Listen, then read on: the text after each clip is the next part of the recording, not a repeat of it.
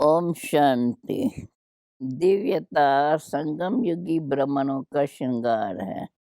आज दिव्य बुद्धि विदाता, दिव्य दृष्टि दाता अपने दिव्य जन्मधारी दिव्य आत्माओं को देख रहे हैं। बाप दादा ने हर एक बच्चे को दिव्य जीवन अर्थात दिव्य संकल्प, दिव्य बोल, दिव्य कर्म करने वाली दिव्य मूर्तियां बनाया है। दिव्यता आप संगम युगी बच्चों का श्रेष्ठ श्रृंगार है। एक है साधारणता, दूसरा है दिव्यता। दिव्यता की निशानी आप सभी जानते हो। दिव्य जीवनधारी आत्मा किसी भी आत्मा को अपने दिव्य नैनों के द्वारा अर्थात दृष्टि द्वारा साधारण से परे दिव्य अनुभूतियां कराएंगी। सामने आने से ही साधारण आत्मा अपनी साधारणता को भूल जाएंगी, क्योंकि आजकल के समय अनुसार वर्तमान की साधारण जीवन से मेजॉरिटी आत्माएं संतुष्ट नहीं है। आगे चलकर यह आवाज सुनेंगे कि यह जीवन कोई जीवन नहीं है। जीवन में कुछ नवीनता चाहिए, अलौकिकता चाहिए, दिव्यता चाहिए। जीवन का विशेष आधार है। यह अनुभव करेंगे, कुछ चाहिए, कुछ चाहिए। इस चाहिए के प्यास से चारों ओर ढूंढेंगे। स्थूल पानी की प्यास में तड़पता हुआ मानव चारों ओर पानी की बूंद के लिए तड़पता है। ऐसी दिव्यता की प्यासी आत्माएं चारों ओर अंजलि लेने के लिए तड़पती हुई दिखाई देंगी। तड़पती हुई कहाँ पहुँचेंगी? आप सबके पास। ऐसी दिव्यता के खजानों से भरपूर बने हो। हर समय दिव्यता अनुभव होती है, कभी साधारण कभी दिव्य। जब बाप ने दिव्य दृष्टि, दिव्य बुद्धि का वरदान दे दिया, तो दिव्य बुद्धि में साधारण बातें आ नहीं सकती। दिव्य जन्मधारी ब्राह्मण तन से साधारण कर्म कर नहीं सकते। चाहे देखने में लोगों के लिए साधारण कर्म हो, दूसरों के समान आप सभी भी व्यवहार करते हैं, व्यापार करते हैं, व गवर्नमेंट की नौकरी करते हैं। माताएं खाना बनाती है, देखने में साधारण कर्म है, लेकिन इस साधारण कर्म में भी आपका और लोगों का न्यारा अलौकिक दिव्य कर्म है। महान अंतर इसलिए सुनाया कि दिव्य जन्मधारी ब्राह्मण तन से साधारण कर्म नहीं करते, मन से साधारण संकल्प नहीं कर सकते, धन को साधारण रीति से कार्य में नहीं लगा सकते, क्योंकि तन मन और धन तीनों की दृष्टि है। इसलिए मालिक बाप के श्रीमत के बिना कार्य में नहीं लगा सकते। हर समय बाप की श्रीमत दिव्य कर्म करने की मिलती है।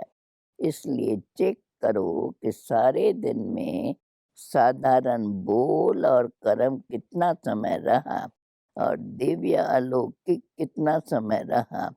कई बच्चे कहाँ बहुत भोले बन जाते हैं। चेक करते हैं, लेकिन भोलेपन में समझते हैं सारे दिन में कोई विशेष गलती तो की नहीं, बुरा सोचा नहीं, बुरा बोला नहीं, लेकिन यह चेक किया कि दिव्य अलौकिक कर्म किया, क्योंकि साधारण बोल व कर्म जमा नहीं हुआ, न मिटता है न बनता है। वर्तमान का दिव्य संकल्प व दिव्य बोल और कर्म भविष्य का जमा करता है। जमा का खाता बढ़ता नहीं है, तो जमा करने के हिसाब में भोले बन जाते हैं। खुश रहते हैं कि मैंने वेस्ट नहीं किया, लेकिन सिर्फ इसमें खुश नहीं रहना है। वेस्ट नहीं किया, लेकिन बेस्ट कितना किया। कई बार बच्चे कहते हैं मैंने आज किसको दुख नहीं दिया, लेकिन सुख भी दिया। दुख नहीं दिया, इससे वर्तमान अच्छा बनाया, लेकिन सुख देने से जमा होता है। वो किया वह सिर्फ वर्तमान में ही खुश हो गए। सुखदाता के बच्चे सुख का खाता जमा करते। सिर्फ ये नहीं चेक करो कि दुख नहीं दिया, परंतु सुख कितना दिया। जो भी संपर्क में आए, मास्टर सुखदाता द्वारा हर कदम में सुख की अनुभूति करे। इसको कहा जाता है दिव्यता व अलौकिकता। तो चेकिंग भी साधारण से गुह्य चेकिंग करो। हर समय यह स्मृति रखो कि एक जन्म में 21 जन्मों का खाता जमा करना है। तो सब खाते चेक करो। तन से कितना जमा किया, मन के दिव्य संकल्प से कितना जमा किया, और धन को श्रीमत प्रमाण श्रेष्ठ कार्य में लगाकर कितना जमा किया। जमा के खाते तरफ विशेष अटेंशन दो, क्योंकि आप विशेष आत्माओं को जमा करने का समय इस छोटे से जन्म के सिवाय सारे कल्प में कोई समय नहीं है। और आत्माओं का हिसाब अलग है, लेकिन आप श्रेष्ठ आत्माओं के लिए अब नहीं तो कब नहीं। तो समझा क्या करना है। इसमें भोले नहीं बनो, पुराने संस्कारों में भोले मत बनो। बाप दादा ने रिजल्ट देखी, कितनी बातों में रिजल्ट में जमा का खाता बहुत कम है। उसका विस्तार फिर सुनाएंगे। सभी स्नेह में सब कुछ भुलाकर पहुंच गए हैं। बाप दादा भी बच्चों का स्नेह देख एक घड़ी के स्नेह का रिटर्न अनेक घड़ियों की प्राप्ति का देता ही रहता है। आप सभी को इतने बड़े संगठन में आने के लिए क्या क्या पक्का कराया। पहले तो पटरानी बनना पड़ेगा, 4 दिन ही रहना पड़ेगा, आना जाना ही पड़ेगा। तो सब बातें सुनते हुए भी स्नेह में पहुंच गए। ये भी अपना लक्ष्य समझो, जो इतना भी मिल रहा है। फिर भी जड़ मूर्तियों के दर्शन के समान खड़े खड़े रात तो नहीं बिताते हो ना। 3 पैर पृथ्वी तो सबको मिली है ना। यहाँ भी आराम से बैठे हो। जब आगे वृद्धि होंगी तो स्वतः ही विधि भी परिवर्तन होती रहेंगी। लेकिन सदैव यह अनुभव करो कि जो भी मिल रहा है वो बहुत अच्छा है, क्योंकि वृद्धि तो होती ही है और परिवर्तन भी होना ही है। तो सभी को आराम से रहना खाना मिल रहा है ना। खाना और सोना 2 चीज ही चाहिए। माताओं को तो बहुत खुशी होती है, क्योंकि बना बनाया भोजन यहाँ मिलता है। वहाँ तो बनाओ, भोग लगाओ, फिर खाओ। यहाँ बना हुआ भोग लगा हुआ भोजन मिलता है। इसलिए माताओं को तो अच्छा आराम है। कुमारों को भी आराम मिलता है, क्योंकि उन्हों के लिए भी बड़ी प्रॉब्लम खाना बनाने की ही है। यहाँ तो आराम से बना हुआ भोजन खाया ना। सदैव ऐसे इजी रहो। जिसके संस्कार इजी रहने के होते हैं, उनको हर कार्य सहज अनुभव होने के कारण इजी रहते हैं। संस्कार टाइट है तो सर्कमस्टेंसेस भी टाइट हो जाते हैं। संबंध संपर्क वाले भी टाइट व्यवहार करते हैं। टाइट अर्थात खींचातान में रहने वाले। तो सभी ड्रामा के हर दर्शक को देख देख हर्षित रहते हैं। कभी अच्छे बुरे के आकर्षण में भी आ जाते हो। न अच्छे में न बुरे में किसी में आकर्षित नहीं होना है, सदैव हर्षित होना है। समझा? सदा हर कदम में दिव्यता अनुभव करने वाले और कराने वाले दिव्य मूर्तियों को, सदा अपने जमा के खाते को बढ़ाने वाले नॉलेजफुल आत्माओं को, सदा हर समस्या को इजी स्थिति द्वारा इजी पार करने वाले ऐसे समझदार बच्चों को, अनेक आत्माओं के जीवन के प्यास को बुझाने वाले मास्टर ज्ञान सागर श्रेष्ठ आत्माओं को ज्ञान सागर बाप दादा का याद प्यार और नमस्ते। बॉम्बे का ग्रुप। बॉम्बे निवासी बच्चे सर्व खजानों से संपन्न होना, सदा अपने को संपन्न आत्मा हूँ ऐसे अनुभव करते हो ना। संपन्नता संपूर्णता की निशानी है। संपूर्णता की चेकिंग अपने संपन्नता से कर सकते हो, क्योंकि संपूर्णता माना सर्व खजानों से फुल होना। जैसे चंद्रमा जब संपन्न होता है तो संपन्नता उसकी संपूर्णता की निशानी होती है। इससे और आगे नहीं बढ़ेगा, बस इतनी ही संपूर्णता है। जरा भी किनारे कम नहीं होते हैं। संपन्न होता है तो आप सभी ज्ञान योग धारणा सेवा सभी में संपन्न, इसी को ही संपूर्णता कहा जाता है। इससे जान सकते हो कि संपूर्णता के समीप है या दूर है। संपन्न हो अर्थात संपूर्णता के समीप हो। तो सब समीप हो, कितने समीप हो? 8 तक, 100 तक या 16,000 तक। 8 की समीपता, फिर 100 की समीपता और फिर 16,000 की समीपता।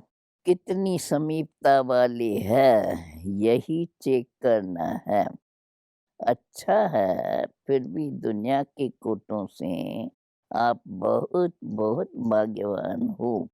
वह तरफने वाली है और आप संपन्न आत्माएं हो, प्राप्ति स्वरूप आत्माएं हो। यह खुशी है ना कि हमारे सिवाय और कौन खुश रह सकता है।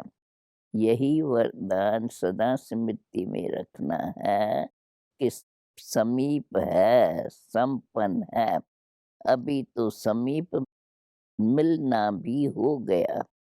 जैसे स्थूल में समीप अच्छा लगता है, वैसे स्थिति में भी सदा समीप अर्थात सदा संपन्न बनो। अच्छा, अभी गुजरात और पूना ग्रुप। सभी दृष्टि द्वारा शक्तियों की प्राप्ति की अनुभूति करने की अनुभवी होना। जैसे वाणी द्वारा शक्ति की अनुभूति करते हो, मुरली सुनते हो तो समझते हो ना शक्ति मिली। ऐसे दृष्टि द्वारा शक्तियों की प्राप्ति की अनुभूति के अभ्यासी बने हो। या वाणी द्वारा अनुभव होता है या दृष्टि द्वारा कम। दृष्टि द्वारा शक्ति कैच कर सकते हो, क्योंकि कैच करने के अभ्यासी होंगे तो दूसरों को भी अपनी दिव्य दृष्टि द्वारा अनुभव करा सकते हैं। आगे चल कर वाणी द्वारा सबको परिचय देने का समय भी नहीं होगा और सर्कमस्टेंसेस भी नहीं होंगे, तो क्या करेंगे? वरदानी दृष्टि द्वारा महादानी दृष्टि द्वारा महादान वरदान देंगे। दृष्टि द्वारा शांति की शक्ति, प्रेम की शक्ति, सुख व आनंद की शक्ति सब प्राप्त होती है। जड़ मूर्तियों के आगे जाते हैं तो जड़ मूर्ति बोलती तो नहीं है ना, फिर भी भगत आत्माओं को कुछ न कुछ प्राप्ति होती है, तब तो जाते हैं ना। कैसे प्राप्ति होती है? उनकी दिव्यता के वाइब्रेशन से और दिव्य नैनों से दृष्टि को देख वाइब्रेशन लेते हैं। कोई भी देवता या देवी की मूर्ति में विशेष अटेंशन नैनो की तरफ देखेंगे, फेस के तरफ अटेंशन जाता है, क्योंकि मस्तक के द्वारा वाइब्रेशन मिलता है। नैनो द्वारा दिव्यता की अनुभूति होती है। वह तो है जड़ मूर्तियाँ, लेकिन किसकी है? आप चैतन्य मूर्तियों की जड़ मूर्तियाँ हैं। यह नशा है कि हमारी मूर्तियाँ हैं। चैतन्य में यह सेवा की है, तब जड़ मूर्तियाँ बनी हैं। तो दृष्टि द्वारा शक्ति लेना और दृष्टि द्वारा शक्ति देना, यह प्रैक्टिस करो। शांति की शक्ति की अनुभूति बहुत श्रेष्ठ है। जैसे वर्तमान समय साइंस की शक्ति का कितना प्रभाव है, हर एक अनुभव करते हैं, लेकिन साइंस की शक्ति निकली किससे? साइलेंस की शक्ति से।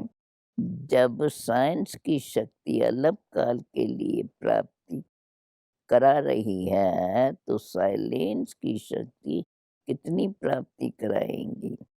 तो बाबा की दिव्य दृष्टि द्वारा स्वयं में शक्ति जमा करो, तो फिर जमा किया हुआ समय पर दे सकेंगे। अपने लिए ही जमा किया और कार्य में लगा दिया, अर्थात कमाया और खाया। जो कमाते हैं और खा कर के ख़त्म कर देते हैं, उनका कभी जमा नहीं होता, और जिसका जमा का खाता नहीं होता, उसको समय पर धोखा मिलता है। धोखा मिलेगा तो दुःख की प्राप्ति होंगी। ऐसे ही साइलेंस की शक्ति जमा नहीं होंगी, दृष्टि के महत्व का अनुभव नहीं होगा, तो लास्ट समय श्रेष्ठ पद प्राप्त करने में धोखा खा लेंगे। फिर दुःख होगा, पश्चाताप होगा। इसलिए अभी से बाप की दृष्टि द्वारा प्राप्त हुई शक्तियों को अनुभव करते, जमा करते रहो। तो जमा करना आता है। जमा होने की निशानी क्या होंगी? नशा होगा। जैसे शाहूकार लोगों की चलते, बैठते, उठने में नशा दिखाई देता है, और जितना नशा होता उतनी खुशी भी होती है। तो यह है रूहानी नशा। इस नशे में रहने से खुशी स्वतः होंगी। खुशी ही जन्म सिद्ध अधिकार है। सदा खुशी की झलक से औरों को भी रूहानी झलक दिखाने वाले बनो।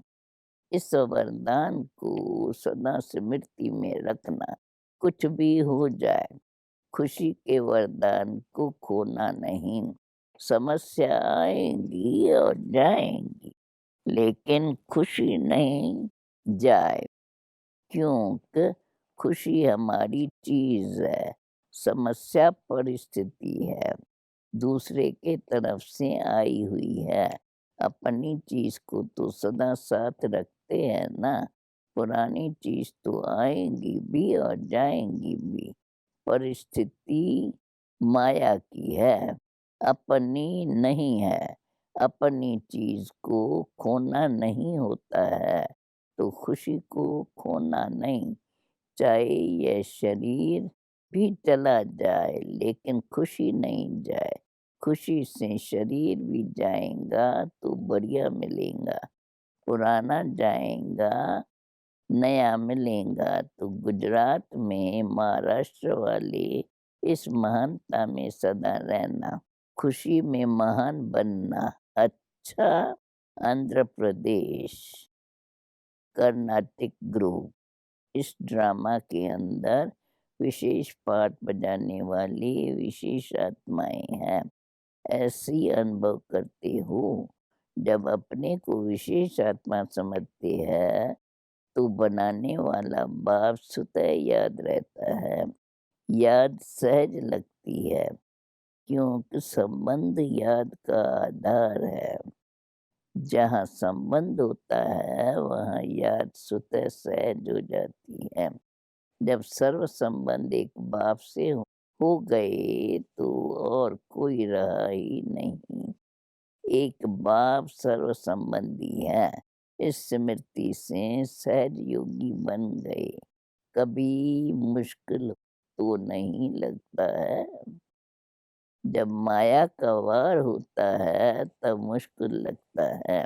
माया को सदा के लिए विदाई देने वाले बनो। जब माया को विदाई देंगे तब बाप की बधाइयाँ बहुत आगे बढ़ाएंगी। भक्ति मार्ग में कितने बार मांगा कि दुआएं दो, ब्लेसिंग दो, लेकिन अभी बाप से ब्लेसिंग लेने का सहज साधन बता दिया है। जितना माया को बधाई देंगे उतनी ब्लेसिंग स्वतः मिलेंगी। परमात्म दुआएं एक जन्म नहीं लेकिन अनेक जन्म श्रेष्ठ बनाती है।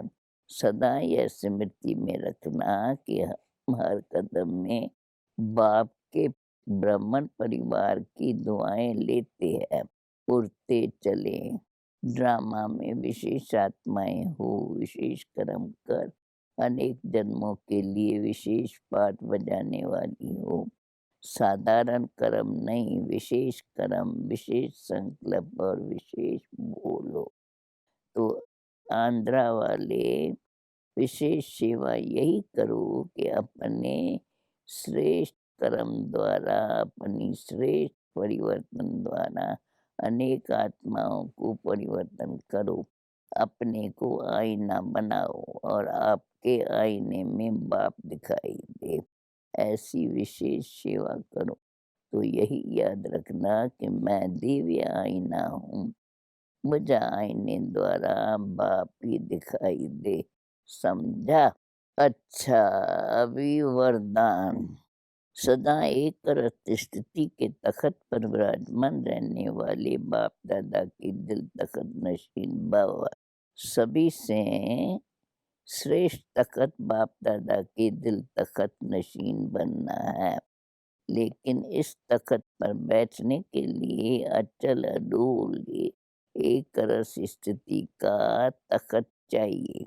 अगर इस स्थिति के तख़्त पर स्थित नहीं हो पाए तो बाप दादा के दिल रूपी तख़्त पर स्थित नहीं हो सकते। इसके लिए अपनी बिरकुटी के तख़्त पर अकाल मूर्त बन स्थित हो जाओ। इस तख़्त से वार वार डगमग न हो तो बाप दादा के दिल तख़्त पर विराजमान हो सकते हो। स्लोगन: शुभ चिंतन द्वारा नेगेटिव को पॉजिटिव में परिवर्तन करो। ओम शांति।